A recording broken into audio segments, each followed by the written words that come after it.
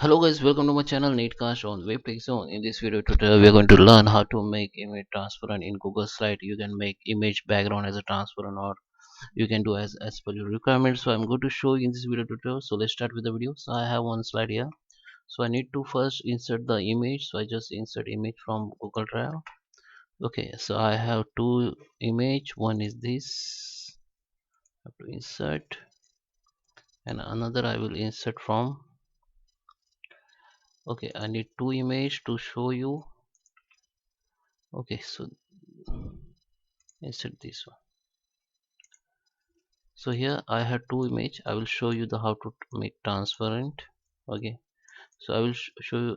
I will make it this image as a transparent. So you have to select the image, just right click and go to the format option, or you can just go to the option called format here, and here you can see the right side on your right side.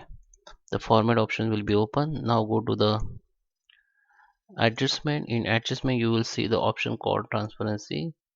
You can make it image as transparent as per you want. If I make it, if I drag it on the another image, so it will be transparent. Okay, so that is how you can make image transparent. You can also change the image order from here.